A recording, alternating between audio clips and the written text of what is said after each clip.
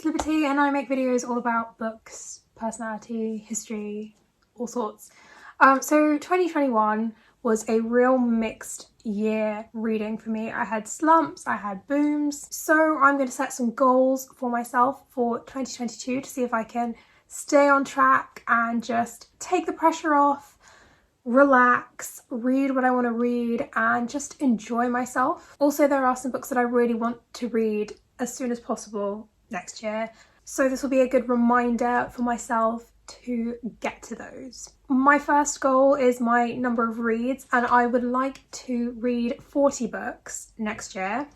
I set my goal at 50 this year because I thought, oh, pandemic, who knows, you know, you may be commuting a lot, you may be being at home a lot. Didn't work out. I'm on track to read 35 by the end of the year, probably. So I think next year I'm not going to be too ambitious, but I know I did have a few slumps this year, so hopefully if I keep consistent, I'll be able to make 40. My second reading goal is that I want to read more non-fiction. I have read almost exclusively fiction this year, and I have so many non-fiction books. I mean, it's mostly history, I'll be honest, that I have on my shelf that I haven't read. I am tentatively saying I would like to read at least 5 non-fiction books. I should be able to do that. My third goal is that I want to dedicate at least 20 minutes every day to do some reading. I've been listening to a lot of music this year, just sort of around the house, doing what I'm doing. I feel like I could really use that time to, you know, read some audiobooks. My days are always better when I have the chance to read something, and so I'm just helping myself out here, really. My fourth goal is that I want to read more physical books that I own next year. I own a lot of physical books, and actually I feel like I keep saying that I'm going to read them. They're on my shelf, they're staring at me while I sleep. But yeah, I still haven't gone around to them. Some of them I bought 4 or 5 years ago that I still haven't read yet. And I know this is the fault of Scribd, because that app is great, and of course audiobooks on there are my go-to. They have a great selection of audiobooks. So I'm gonna try to, if I own the book, I'm gonna read it physically. Sometimes I feel almost guilty for reading, like there is something that I should be doing that I'm not doing when I'm reading a physical book, and I don't get that guilt when I listen to audiobooks. So I just need to maybe ditch that and just realise that you are allowed to take screen breaks. In fact, I should be taking screen breaks and I don't often. So this will be my opportunity. So that brings my goals section to a close, and I'm moving swiftly on to my TBR for 2022. Look, I admit I'm really bad at following TBRs. I think last year, out of the 10 books I said I wanted to read in 2021, I think I probably read about 2 of them. Just go, these are options. No pressure. The first book on my TBR is The Invisible Life of Addie LaRue by V.E. Schwab. I love V.E. Schwab. I've read the Dark Shade of Magic series, which I loved, one of my favourite fantasy series. This time we are sort of historical, magical realism, fantasy-esque. Addie LaRue in 1714 in France has made a deal. In exchange for getting to live forever, she is doomed for no one she meets to ever remember her. But all of a sudden, 300 years later, she meets someone who remembers her. And the story unfolds from there. This is historical fiction, fantasy, romance, and I do own a physical copy of this book, so this is slotting into one of my goals. So I know it takes place across multiple continents, so that's exciting. The next book on my TBR is Spinning Silver by Naomi Novak, and this is a fairy tale retelling, specifically Rumpelstiltskin. The main character is Miriam, and she comes from a family of moneylenders, both her grandfather and her great-grandfather. Her father, however, isn't able to collect the debts very well, and so her family is very much on the brink of poverty. Miriam decides to sort of take her family's destiny into her own hands, and she sort of gains this reputation for being able to turn silver into gold. Hence the spinning silver. We have Fae in this book, and when a Fae king finds out about Miriam, everything changes. Miriam finds herself facing a challenge with huge implications for humans and for the Fae. And I've heard nothing but great things about this book and Naomi Novik in general. The next book is A Gentleman's Guide to Scandal and Shipwrecks. This is by Mackenzie Lee and it is the third book in the Montague Siblings series, which started with A Gentleman's Guide to Vice and Virtue and then A Lady's Guide to Petticoats and Piracy, and now we have this one. This time the Montague sibling we are following is Adrian, and he is the youngest. He is the sole heir to the family fortune. He was diagnosed with hysterics at a young age and he's kept it a secret. His family have kept it a secret, but it becomes a not so secret. And he is shipped off to the Caribbean to collect some of his mother's things after she sadly dies. He discovers that he has siblings and he's very much determined to find them. It wouldn't be a Montague siblings book if there wasn't some kind of adventure and globetrotting. In this case, it's something that he finds in his mother's things, which sort of leads him on this massive adventure all around the Caribbean, North America. I really love this series. I hear that Monty is going to be in this one. I'm not sure how much. I really hope they're both in it, but you know, I don't want to spoil it too much for myself, so I've literally just gone on the blurb, and so I'm very excited to just get to this as soon as possible. I have it, like, I've got it saved on Scribd already. I'm literally just waiting. So the next book on my 2022 TBR is Orlando by Virginia Woolf.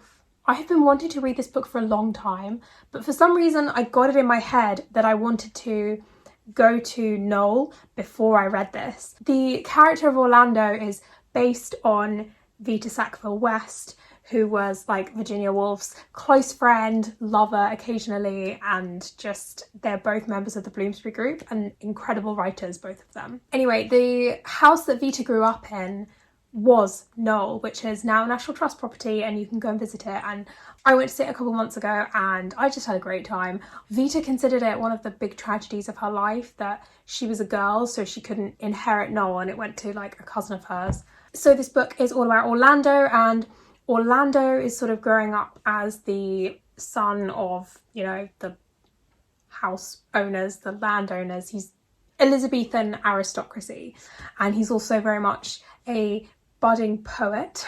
And I haven't got this far yet, it doesn't say in the blurb, but he ends up living for centuries and he sort of meets all these famous people through the centuries.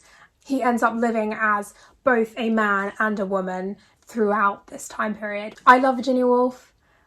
This is very much supposedly her greatest work, and I just think this is just the perfect storm of, like, you know, all the things that I love, and you know, I can finally read it now.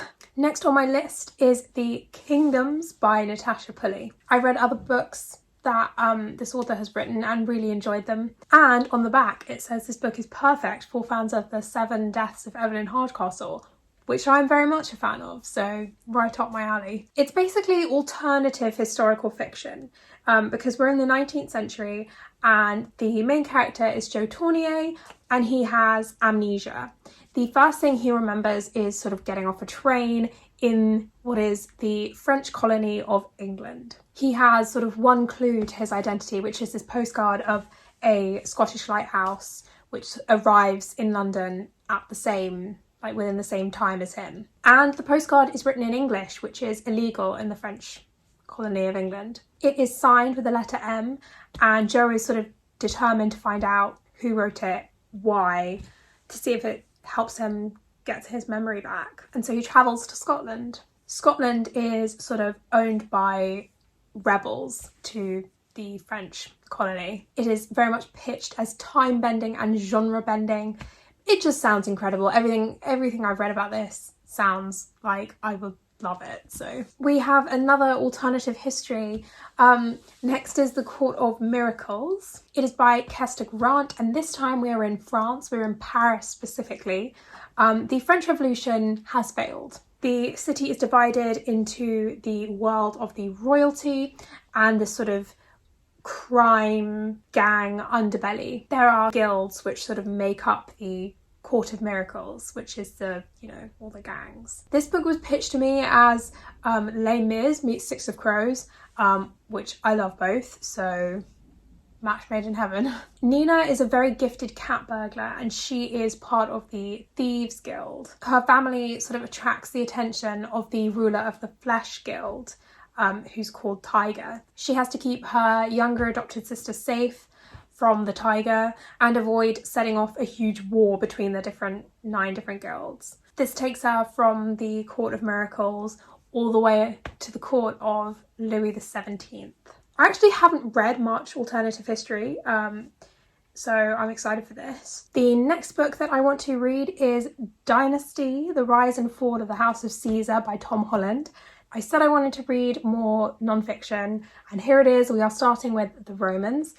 This is all about the Julio-Claudian dynasty of emperors, which sort of came after the fall of the Republic. We start with the murder of Julius Caesar and sort of the rise of Augustus to become the first emperor, and you sort of go through all of the emperors. This is a very sort of infamous period of Roman history and just history of Europe in general. It is very entertaining. There is, murder, intrigue, all sorts of stuff going on in this period. It has inspired so much historical fiction, but also like fantasy as well. I'm looking forward to sort of expanding and enriching my knowledge of this period outside of like I, Claudius and random episodes of In Our Time. I have another non-fiction history book coming up now, and it is In the Land of Giants by Max Adams. It follows people from all walks of life, from all over Britain,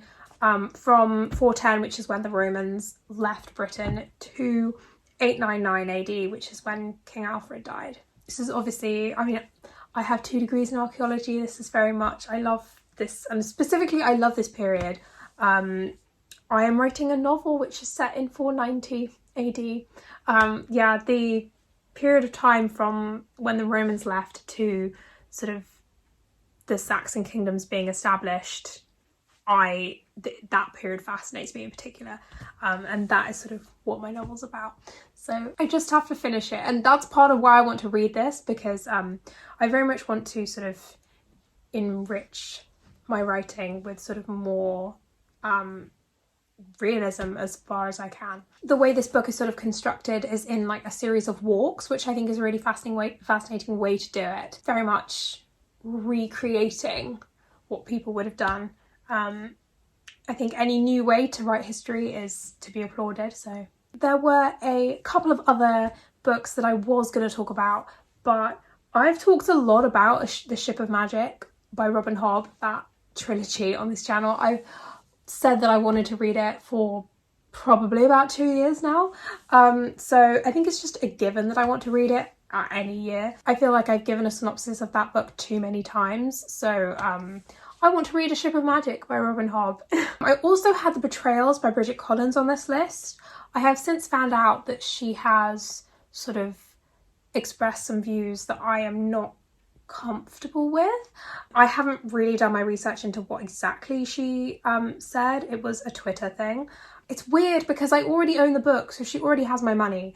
But if I was to read it, I don't know if I would be comfortable doing that. And it's weird because I love The Binding. The Binding is literally one of my favourite books. I've talked about it a lot. I've talked about wanting to read The Betrayals a lot. So I'm convicted. And so I have kind of left it off my TBR for next year. I've shelved it until I can figure out what I want to do. Why do humans have to be horrible? Thank you for watching. That was my 2022 bookish goals and TBR. Let's hope I can do a little bit better than this year in terms of getting to books on my TBR. Do let me know what books you want to read in 2022. Do we share any of the same books on our TBRs? See if we can help each other out a little bit with that. If you like this, do give it a thumbs up. I make all sorts of videos about books, history, personality, all sorts, so do check those out if you want and subscribe. So that's it from me. Happy reading!